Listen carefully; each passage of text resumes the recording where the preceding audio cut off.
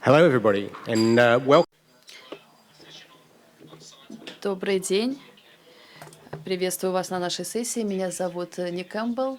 Я вице-президент в Nature. Я буду модерировать эту сессию. Наша тема сегодня — это на пересечении глобальной науки и геополитики. Никогда раньше сотрудничество, которое определяет научные исследования, было столь динамичным, как оно есть сейчас. Международное сотрудничество по космосу. That really grab the headlines, but perhaps even more important are the countless collaborative interactions on a smaller scale. Person-to-person, cross-border interactions that drive achievement, disseminate ideas and technologies, and forge personal bonds that allow productive connections over time and distance that make science one of the most globalised professions. So today, our discussion is going to help us explore where science, as an inherently globalised endeavour, sits in a world where globalisation is being questioned and opposed in very substantive ways. And in particular, our aim is to address the question, in the wake of rising nationalism, how can the global community collaborate to advance the frontiers of knowledge? So before I start, I'd like to briefly introduce our distinguished panel. We have in the centre, in the grey suit, a former Minister of Education and Science of the Russian Federation, responsible for many reforms in that country, Dr. Andrei Fursenko, who's now aide to the President of the Russian Federation. At the end, we have Jean-Pierre Bourguignon, who's President of the European Research Council and whose distinguished academic career is in mathematics. Next to him, we have Hongbo Chen, who leads Tsinghua University's Science Park and has a deep interest in turning research into innovations that have an impact on society. And then next to Hongbo is Tammy, an outstanding young plasma physicist based at Lawrence Livermore National Laboratory in California, where she leads a number of fusion experiments at the National Ignition Facility. We're also honoured to have directly on my left Wilfred Madius Tangau, the Minister of Science, Technology and Innovation of Malaysia. So, let's get started. Maybe I'll start with a general question, and I know I've already talked to the panellists about some more specific questions. I'll ask them later, but I'm going to start with a general question which I'll ask all of you to address, which is, what are your thoughts on this trend of growing isolationism on science, and how we should respond? So maybe I'll start with Jean-Pierre at the end, and he can talk to that the broad general point. Well, first of all, I think we have to be careful, because the trend is definitely a trend which can be identified in a number of societies, but not in the scientific community at all. So science has always been a very international endeavor, and the way scientists work in different countries together has to do with the fact that they are mobile. A number of them move from one country to the next. There's a lot of circulation among scientists, but also very fundamentally that the results of science are always based on constructions involving many different people from many different countries, even if you're not working in large organizations. You mentioned some international endeavors which have been really very spectacular. I mean, you spoke about CERN, you spoke about other projects which clearly are built completely internationally. But even for individual scientists, I'm a mathematician, I tend to work on specific problems, but my network are people from many different countries, and I rely on in my work on the work of people from many different countries. So from that point of view, I think the tendency you were mentioning definitely for the moment is not changing the science, but it could introduce some barriers, some limitations, some difficulties, and I hope this will not be the case. But there's always the risk that society actually really behaves in a way which goes up to really making exchange among scientists more difficult. Maybe to close this introductory remark, we should remember that quite often there has been science diplomacy, which is science was one of the domains in which when countries couldn't talk to one another, actually some scientists were collaborating this. A good example of this in CERN is having Palestinian and Israeli scientists working together in projects, or Indian and Pakistani scientists working together in teams in CERN. So it's an example. But this has been like this many, many situations where science could be a bridge when there were no bridge. Yeah, absolutely. And of course, earlier this year we had the opening of Sesame in Jordan, which is a classic example of science diplomacy, where you have Iran, Palestinian Authority, Israel, all working on the same facility. So a great example. Thank you, Jean-Pierre. So maybe I'll move on to Hongbo now. Hongbo, could you give us your thoughts on this topic? Yes, thank you for giving me this opportunity. When I saw this topic, I feel very easy to answer. And at the same time, I feel very difficult to answer. Why is it easy for me? Because I think there's no doubt the cooperation of the science and research all over the world is the main trend for the future. There's no question for that. That me feel hard is I don't understand why somebody is raising this as a question. Because the global becomes smaller and smaller. We become a small village. All the challenge we are facing is not facing by one country. It's facing by the whole global, facing by everybody for the climate change, for the health, for the environmental control. Is this anything can be done by one country? It's impossible. So the challenge is facing by every one of us. So how can we set up the border for that? The second point is, if you want to solve this problem, it's also impossible for any one individual country can be solve this kind of problems, right? So many topics in the future for the science and the research have to be done by the cooperation, by the unit, by the different people come from different countries to work together for very hard. So we have one good example for the gene, the human beings, the gene. We started this research on 1990s, 1990, and we finished this one by 2001. 11 years by 6 countries, China, United States, Japan, Germany, France, and the UK. 6 powerful countries working for 11 years, we solve only one problem. Now, how many problems we are facing now, and how can we do this by one individual country, no matter how powerful you are? So this is no question. We have to cooperate. We have to working together to facing the challenge. So the topic is there. Then you will ask, okay, you think we have to working together, but how? How can we cooperate? How can we work together to make the things done? I have some point to share with you. The first one is be aware, have to be understand. There's no question about this. Doesn't matter you like it or not. We have to cooperate. There's nothing can stop this trend. Doesn't matter you like it. Doesn't matter what is the reason you are. I can tell you, after 20 years, you will say cooperation is the only way to solve the problem and we are facing.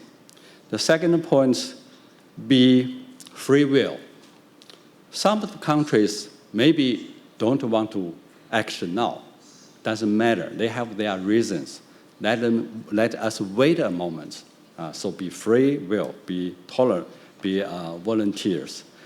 Then be win-win. I mean, when we do the cooperation, we are not thinking by ourselves.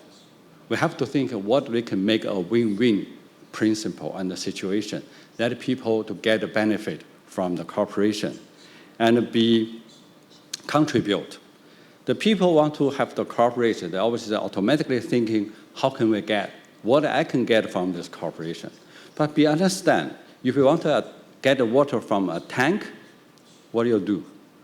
And you put the water first, right?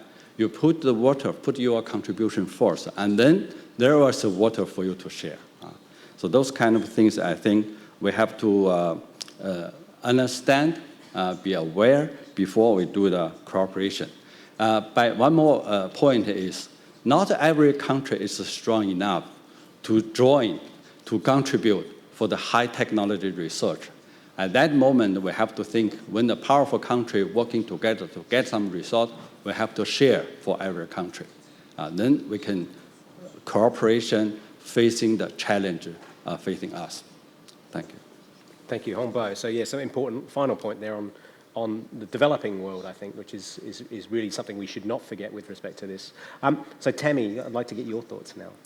Yeah, so as a young scientist, I have benefited just enormously through my international collaborations and getting to travel to different laboratories around the world, because there's just a diversity of thought. There's different cultures, ways of asking similar scientific questions and different approaches that this new isolationist type of policies and thinkings are really quite frightening if they really start to affect science. I recently, I'm from the US, and recently some of my colleagues ran into the issue of they went back home to Portugal to renew their visa, and it was denied. And they actually got stuck in Portugal and couldn't come back to the US. I work on an enormous project, and it's so important that we have everybody there to contribute to that project. And all of a sudden, we freaked out. What are we going to do when we have this one expert who's stuck in another country and can't actually contribute to the project? And so it's terrifying that the US, in a way, seems to be moving towards that type of policy. And I mentioned that I do work on big scientific projects. I work in big science, as in billion-dollar scale projects that take thousands of people, a lot of international collaboration over decades to actually make it happen. And these are some of humanity's grand challenges, and it would just be an enormous loss to knowledge in the scientific world if we even lose a single collaborator, because everybody brings their own specific skill set, specific way of thinking, and we need all of that to be able to help solve these problems. Yeah, thanks, Tammy. I mean, they're very interesting for me, the juxtaposition of Hongbo talking quite clearly about the inexorable progress of globalisation, right? You can't, basically, Hongbo, you were saying, this is how it's got to be in the future, right?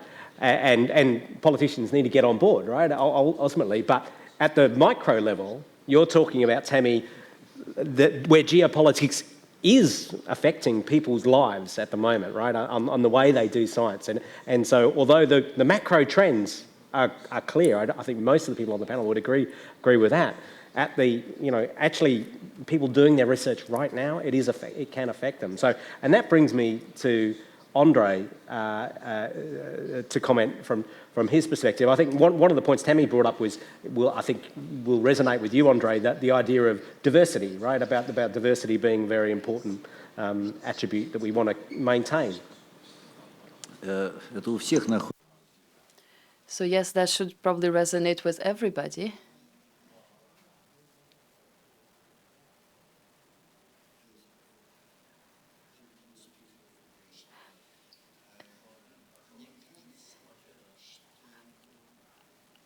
I think we all agree that cooperation is extremely important. And to us,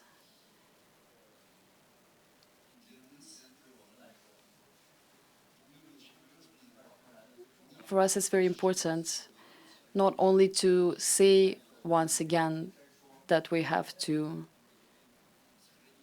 maintain this cooperation. What's important is that we need to analyze the reasons for what are the motivations for different parties, for scientists, for governments, for business, to maintain this collaboration. And And what are the reasons for them to not collaborate? Why it's sometimes being ruined?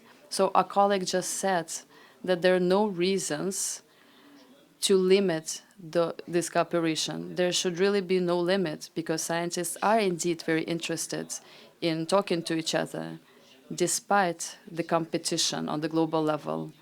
They still want to compete in the common space. They want a fair competition in the common space. When it comes to government and business, it's slightly more complicated here. I think that besides some sensitive issues for some governments, that's the world we live in. There are some issues like that. Despite all of that, there are also reasons that are much simpler.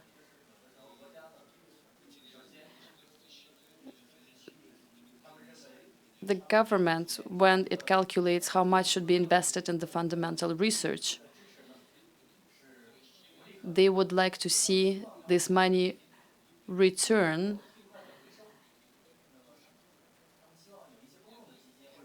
back to the state through innovation. So that's one problem that needs to get solved. The second problem is that in the governmental policies,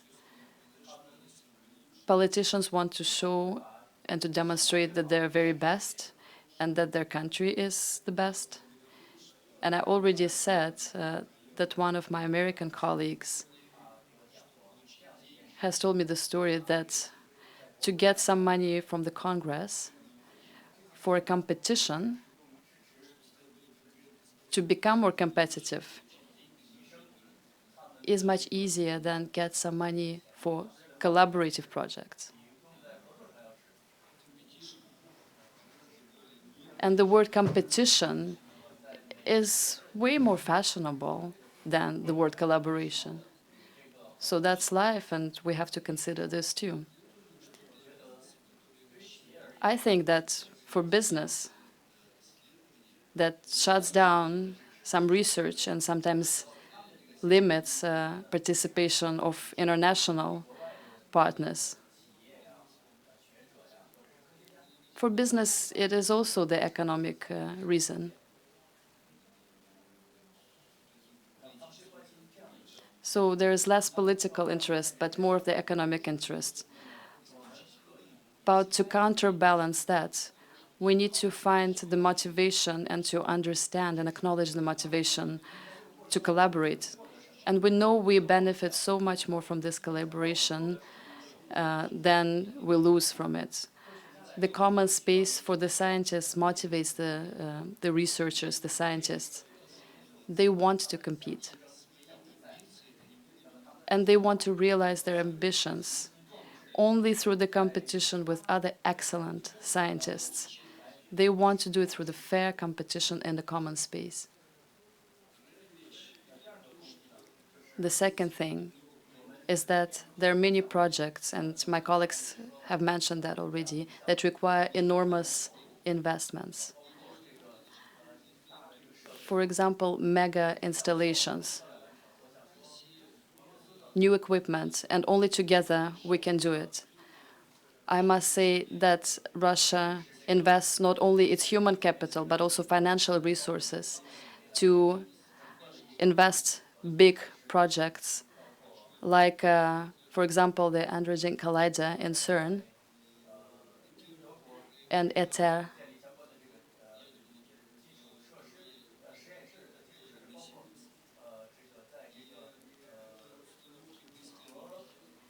And it's also, we have many more examples of such things. There is a laser that was recently installed.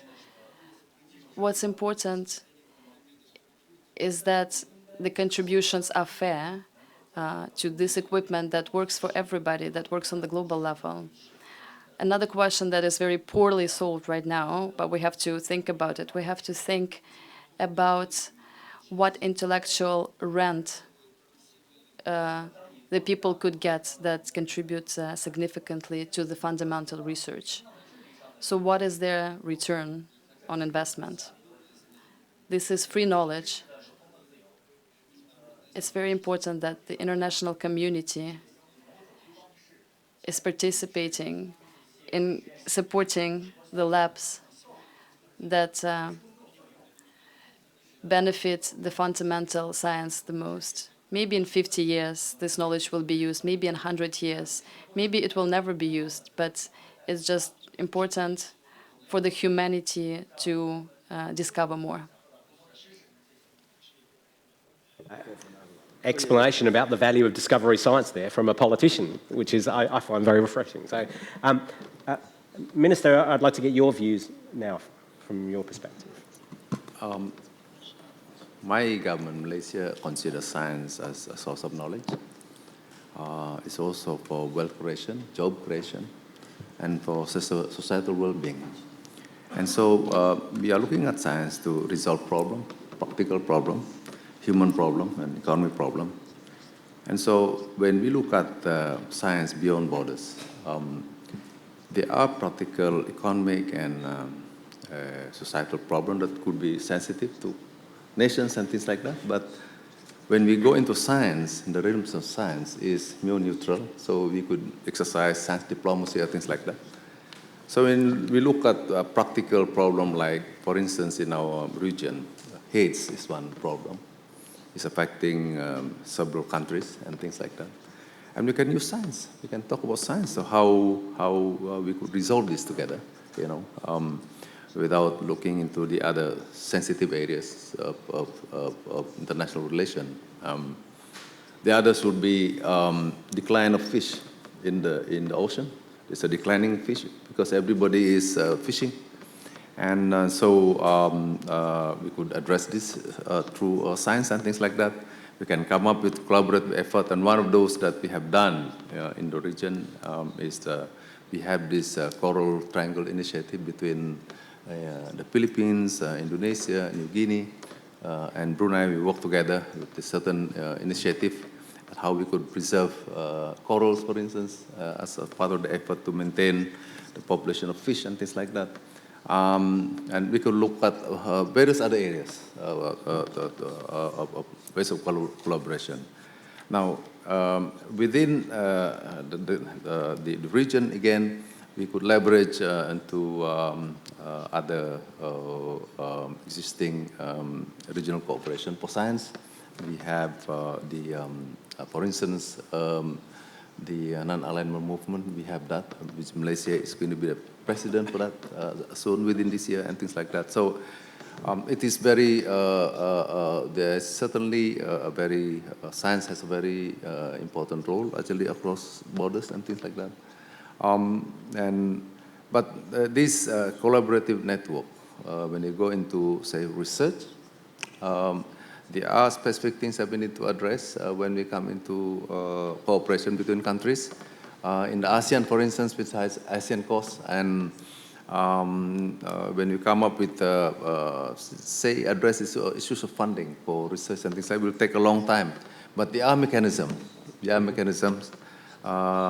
With my colleagues in ASEAN, for ASEAN's ministers of science, for instance, we have decided, for instance, we have funds which we are controlling each of the countries, but research can be accessed by researchers from other countries as well. So it's the beginnings of an ERC style, style approach. That kind of thing. So this is some of the areas that we could look at.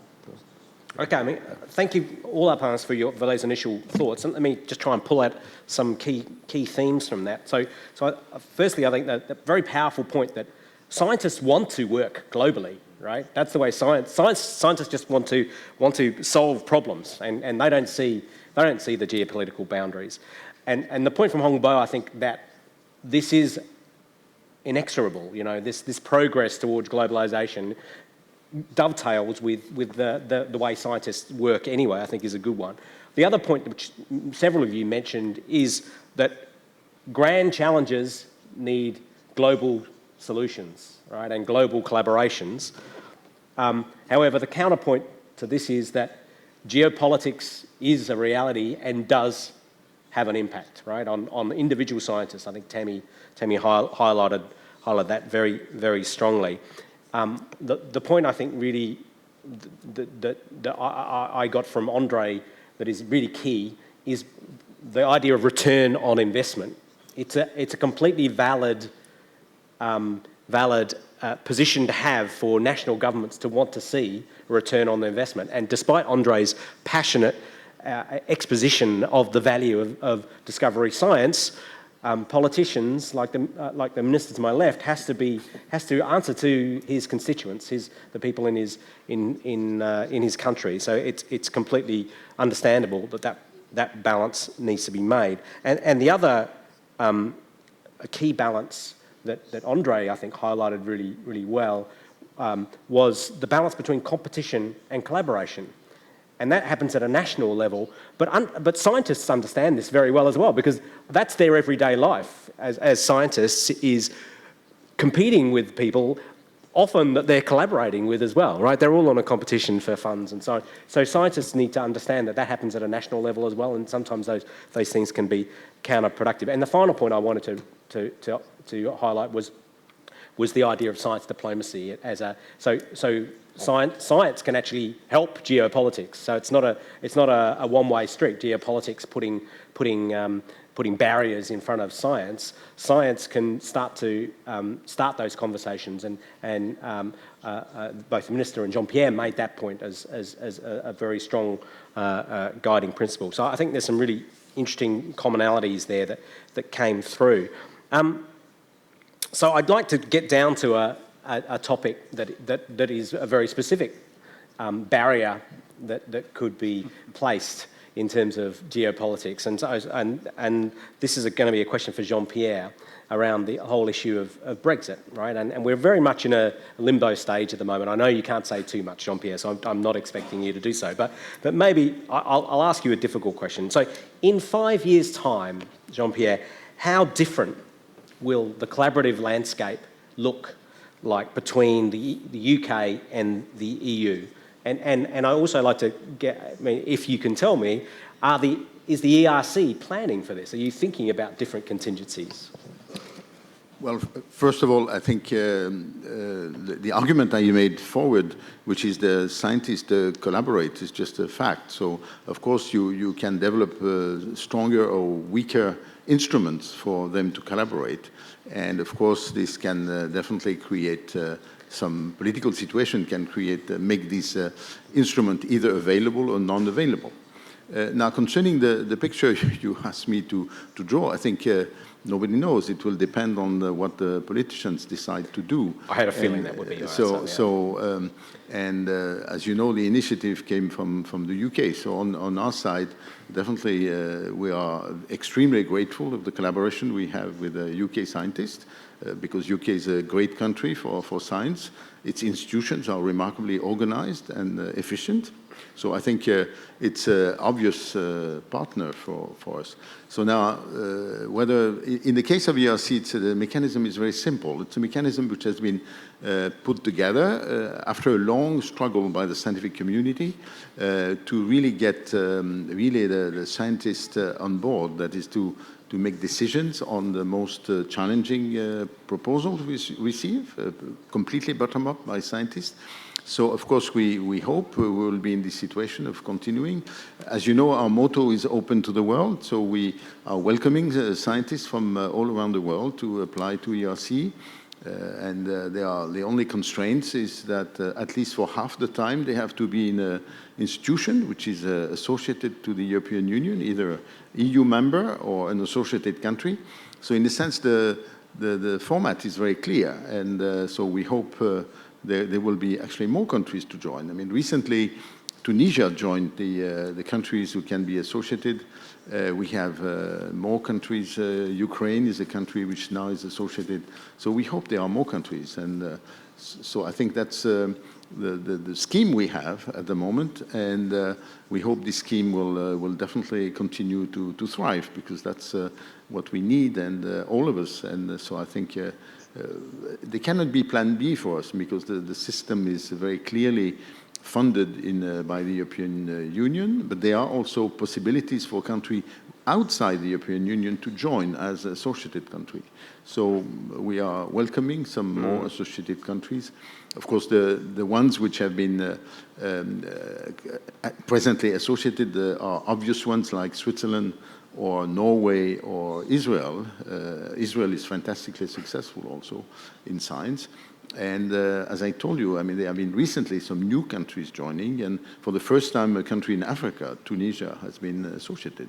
I was very pleased because I know the Tunisian community in mathematics is a very high-level community, so it's a very good opportunity. So I hope there will be some more. That's the vision. So very, very positive vision of, you know, continuing collaboration, expanding, and so on. And you're definitely giving me the message that everything is situation normal at the moment with the way it's going. But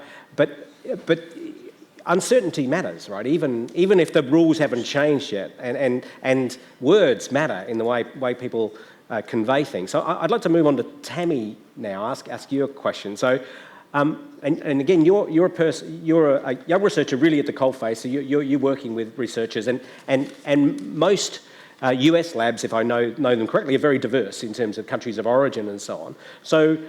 In the US, we have a situation whereby we're getting some rhetoric about that is quite anti-immigration, in some ways. I mean, is that affecting the way people are feeling and the way they're planning, how certain they're feeling, you know, in the lab?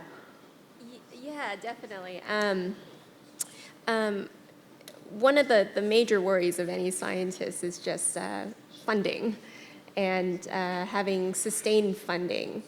And so when this rhetoric arises that is anti-science, we worry significantly about whether or not we'll be able to continue our projects. Because even if your funding gets cut for a year, not only can you not do experiments for that year, but you lose your staff, you lose your expertise. And in many cases, that is not replaceable very easily. But on a more global scale, you know, it turns out that the life cycle of science isn't very much in sync with political life cycles. So very often, you know, politicians want results that they can demonstrate within their 4-year, 6-year terms, and you know, we usually can't deliver on those types of timescales. But more importantly, you know, we worry that we'll get pulled out of the collaborations we're in, or our global collaborators will have to pull out. And it's really a waste of an investment, of course, right? You've put in years of time and effort and trained up students to become experts in this field. And if there isn't that sustained funding, that isn't that commitment to basic science or even applied science, it can be very detrimental to the overall progress.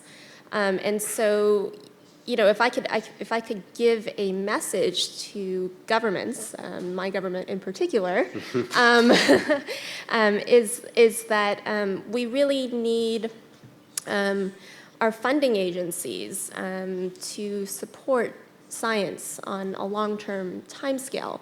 And there's ways we can do that, perhaps by encouraging bilateral agreements or in our actual funding proposals to have joint agreements between international and domestic labs that can be carried out in a long-term type of way and really foster innovation that could actually benefit both sides. So that's a great segue to Andrei, who I'd like to talk about, because it sounds great. What you're saying sounds great. You know, let's have these long-term commitments that's going to, you know, fund us and encourage this for a long time. But Andrei knows that, you know, you're answerable to your population, and they do want to see results. So Andrei, I'd like to ask you the question: How do you balance that? How do you, as a you know, a lawmaker, as being in government, how do you balance the long term with the fact that ultimately you have to show to the people who are your bosses, your citizens of your country, that you're returning to them that investment? Да. Но мы отвечаем не только за людей, но и за деньги. We're not only responsible for people, we're also responsible for funds. And so regretfully, the resources, financial resources, are limited because these are taxpayers' money. So we have to explain why this money is being spent on these particular purposes. I think that international collaboration pursues two main goals and could show two main results. One is political. Professor Chen has said that it's important to have the win-win strategy, where everybody wins. I think that it's exactly the field where it's easy to show. And it's very important politically because it shows to the whole society that these approaches are possible, because the very fact that we have the win-win strategy for everybody, that we don't have to look for compromise that where everybody loses, but we need a compromise and a strategy where everybody wins. And that's the question that we're trying to solve as the politicians, and we don't seem to find a way to solve it. But in science, we can solve this problem. It doesn't always work like that, but it's very possible. Now, when it comes to the possibility of such funding, the sustained funding, long-term funding, it is possible. And we have seen it in various times. And my colleagues have mentioned that already. Even during the times of conflict and confrontational times, where governments could not speak to each other, then the scientists spoke to each other. And then because the scientists agreed on something, then governments also had to agree or at least maintain those bridges. And there's an old saying that you have to be building the walls, not the bridges, not the walls. And science is the field where these bridges are built. And I must say that I can speak for my country, at least. We are trying to remove the barriers to finance, to fund other countries' scientists, to fund collaborative research. And almost with everybody present here, we have collaborative projects. We have many collaborative projects with the United States. Our scientists work in the States, and many scientists from the US come to Russia to work. So I think that any political moments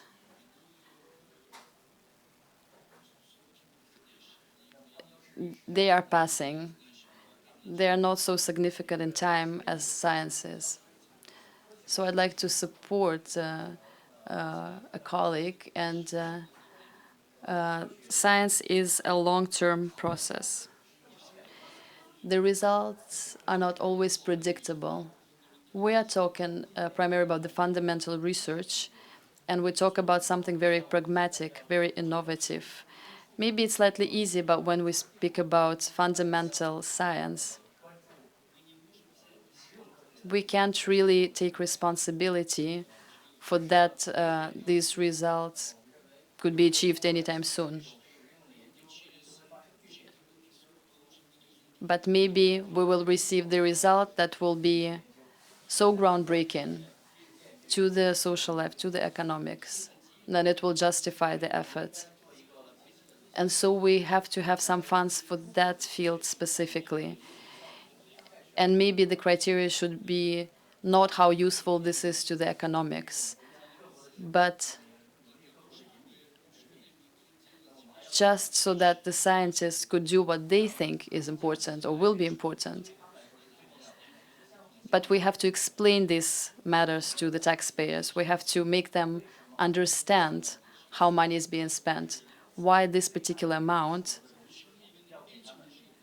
and why to this particular scientists, what criteria we use to make those choices. And the scientists have to understand that it's fair. That it's fair, it's honest, and it's based on the principles that is fair to everybody and equal to everybody. And it's a communication challenge, is the point you're... Communication, it's, Yeah. It has to be fair.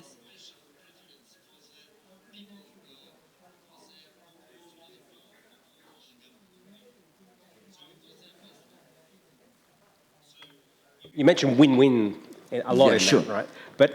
But I mean, in many ways, I guess isolationism is a lose-lose for nations, right? And so I want to go back to Hongbo here, because you're really thinking about turning research into innovation, right? So showing those wins. But isolationism means barriers to free flow of investment, to free flow of talent, to free flow of innovations. So it's a quintessential lose-lose situation, isn't it? So does it make your job harder if we get more isolationist? Yes, of course. Let's think in a very interesting way. The isolation will make China happen. China is a huge country. We have almost 31 provinces. Let's think, how can we make 31 countries? If the China is composed by 31 countries, is the China will have today's development or not? That is an interesting question, and the answer, I think, is very clear. Today, we have 19,000 kilometers high-speed train, railway in China. If this is composed by more than 30 countries, can we make it happen? It's very difficult, right? So we can have an airspace. We are going to have a China space station coming in. Can we make it if the China is composed by more than 30 countries? So the countries means some borders, some limitations, some isolations, right? People will think of more further. Where come from countries? Why we have borders? If you think about this question, you will understand the borders and the countries is because the technology is not good enough at that time. At 1,000 years ago, or maybe 100 years ago, people cannot communicate with each other. People have a different language because they cannot hear each other, right? So today, we are facing a very developing world. The changing is so quickly. So globalization, cooperation is the thing we have to do in the modern world, right? So yes, clearly, it will be very hard if every country make the border isolations, because what I'm doing is help the technology transfer. The Tsinghua University have 3 functions: education, research, and service to the community. How can they service to the community today is helping to transfer a lot of technology to a commercial side by setting up the huge science park and the incubator network. I personally running more than 100 incubators around China and many other countries. So the incubator is helping the small startups, and the startups is helping for the technology transfer, not only in the one province, one country, but in between the countries. China have a huge market. Every modern technology developed by the United States, they are thinking at the very beginning, how can I sell my products in China, right? So that there is a demand, the technology will transfer from the United States to China. And the China have a huge capital now. The capital is a key element for helping the technology transfer from the United States. The capital want to move to the United States to do the investment at a very early stage of the company. So this kind of a trend, progress, a natural progress, is a natural progress. No one can stop it. So think, are we good at globalization or cooperation, or we want to go step back for the isolation and nationalism?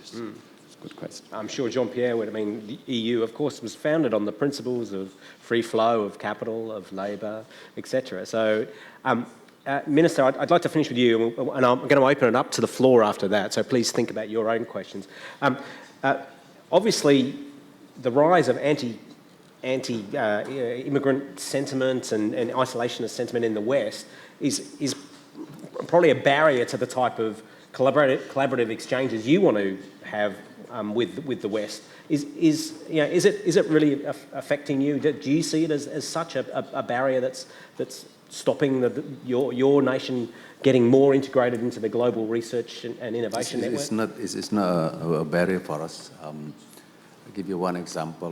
One of the challenges that we are facing in the country is declining interest in science for students, for instance. And we have a target to achieve. It is 60% of students taking up science.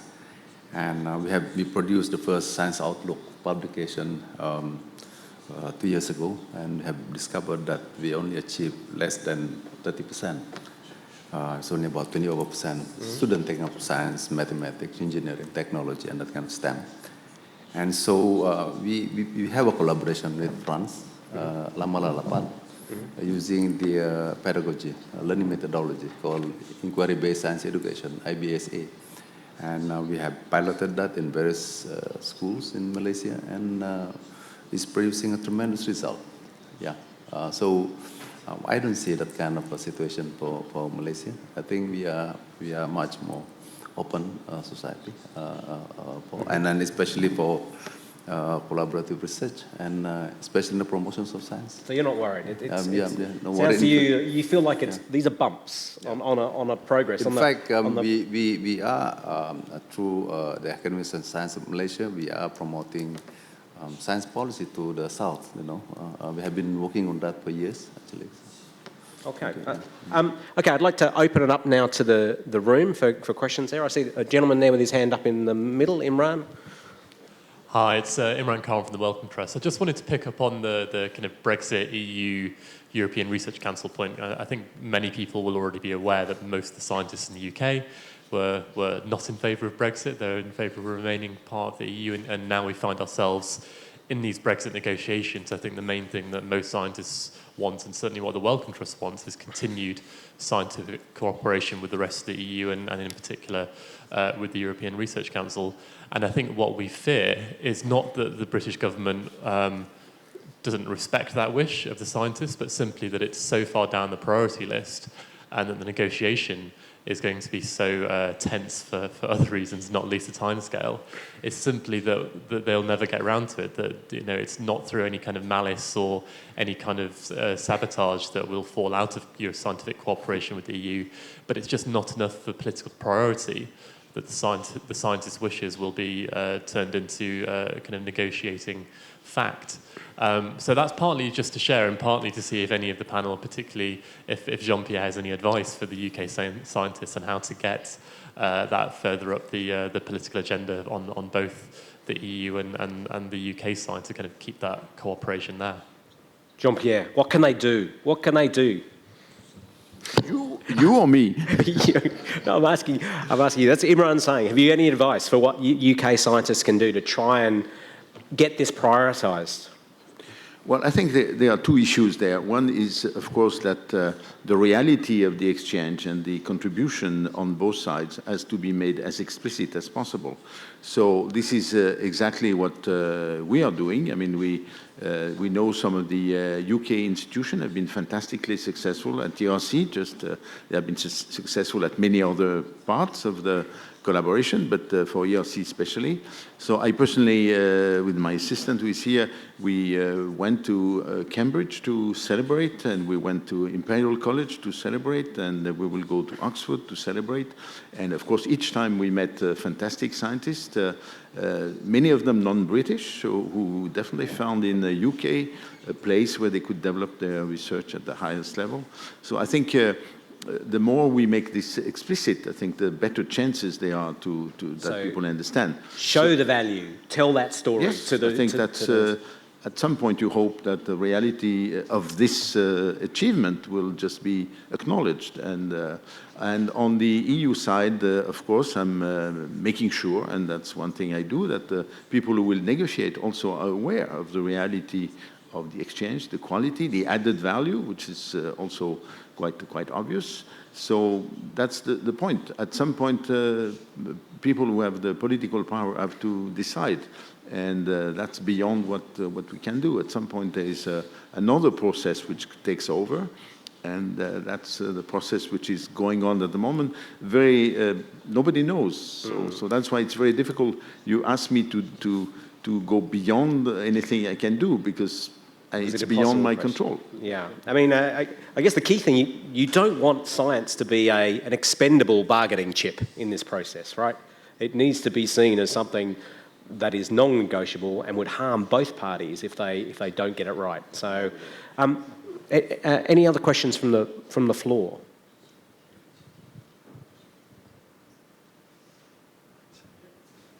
Oh, yep.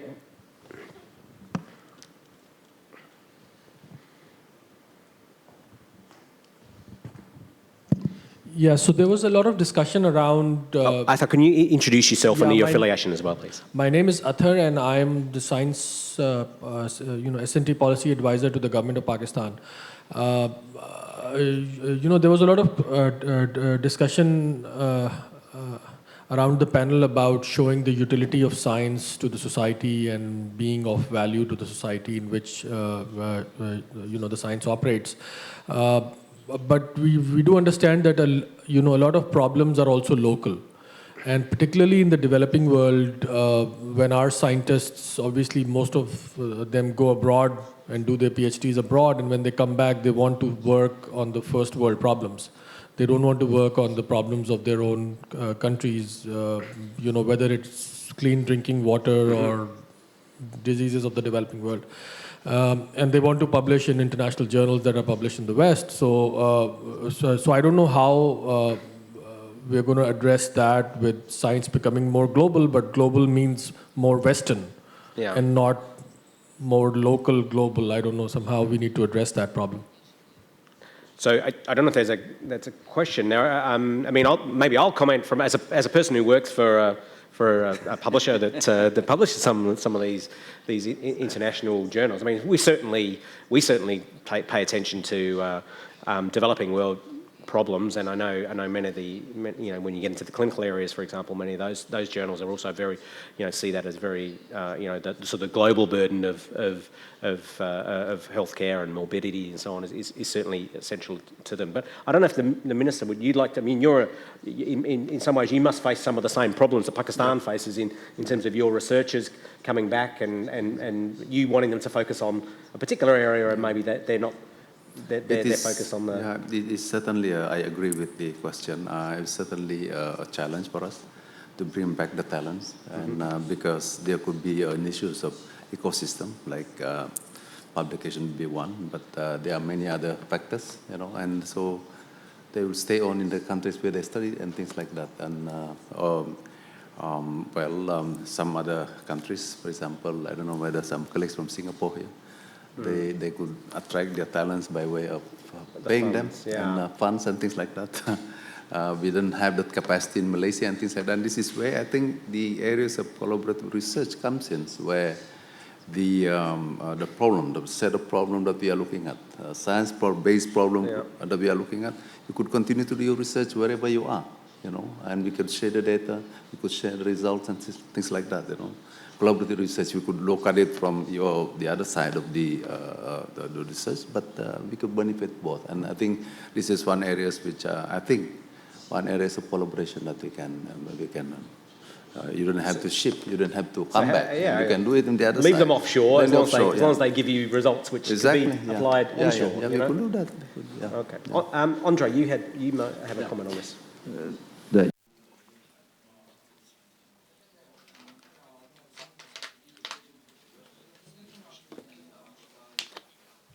Infrastructure for everybody, international infrastructure in which we invested. And this infrastructure has to be built not only in the most developed countries. It's important. It's important not only from the point of the pure science, from the point of education. We can be based on not only on the concrete scientists, but about the approaches. The approach is different in the different countries. And I was in Pakistan, I met with my colleagues in China and in India. It's in Iran, for example. It's the different it's very important that it's different approaches, different ideas how to develop the science.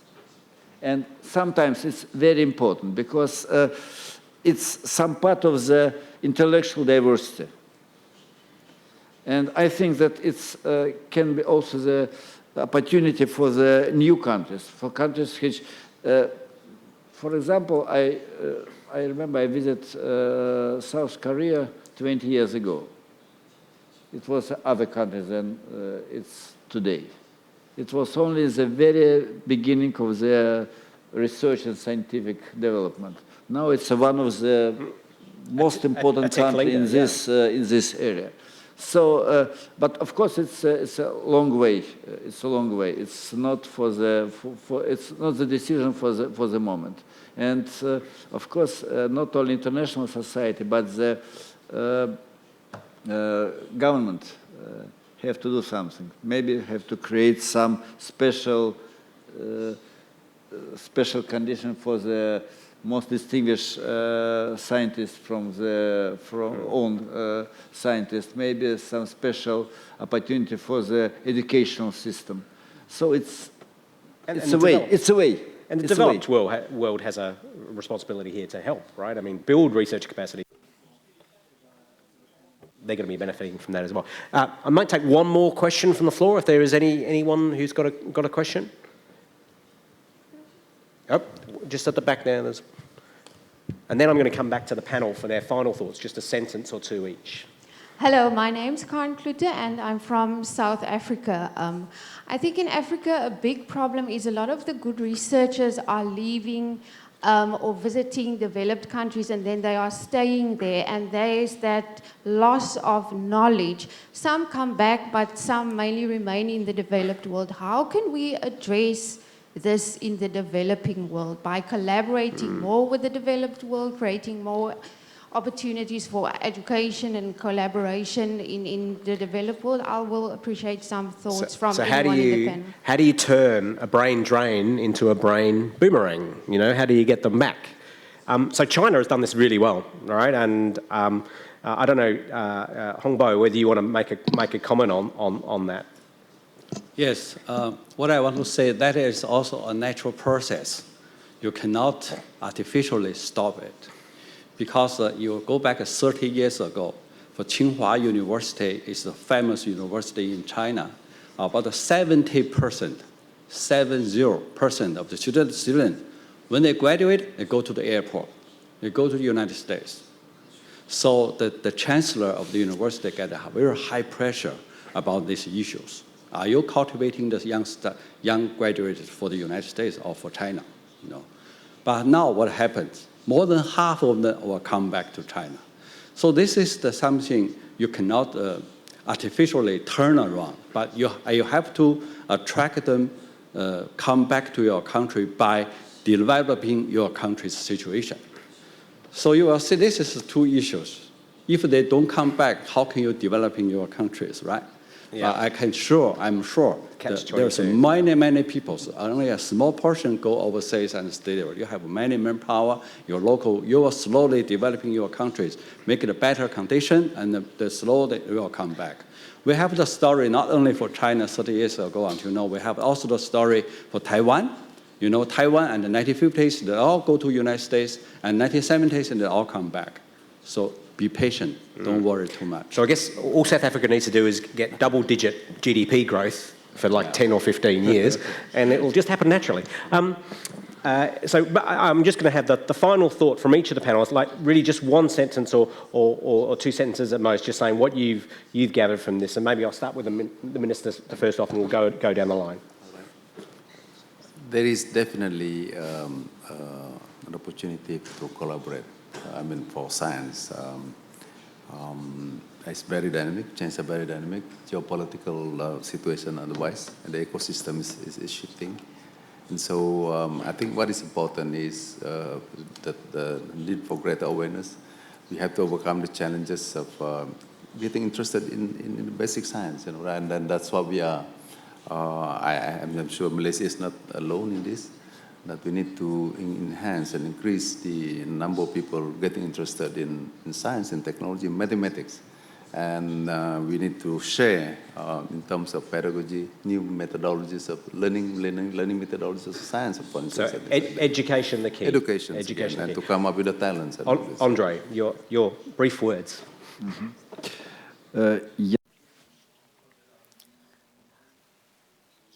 I think that we must pay more attention analyzing the reasons why people don't want to collaborate.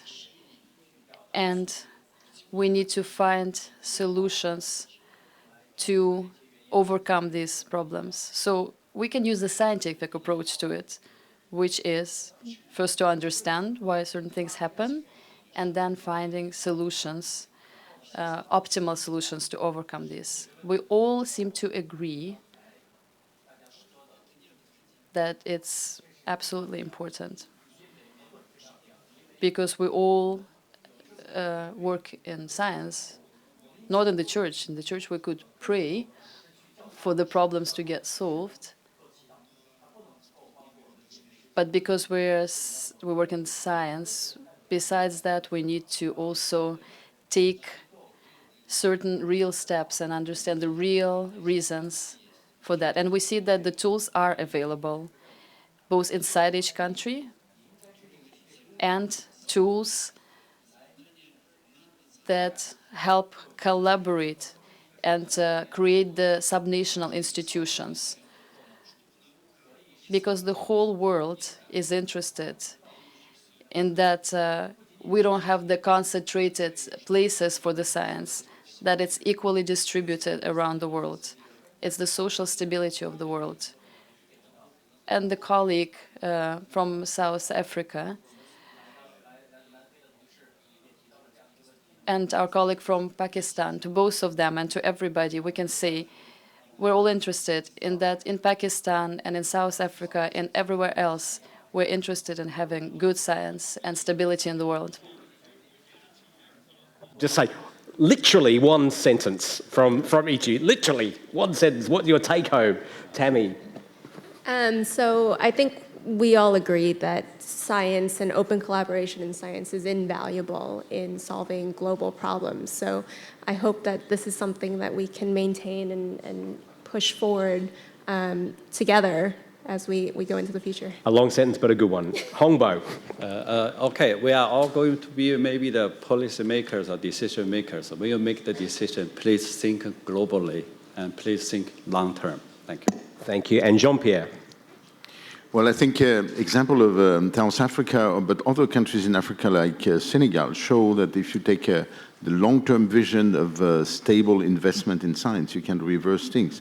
Korea and China also, South Korea and China have shown also this. So take the long view is the right attitude for the support of science. Take the long view. Okay, thank you, Jean-Pierre. And the final thought I'll leave you with is from Hongbo's, something Hongbo brought up. Do the thought experiment that he did for China. What if every province was a country? Would that be a better situation? What if the European Union did not exist? Would that be a better situation? I don't think there's anyone in this room that would say no to that question. Thank you very much.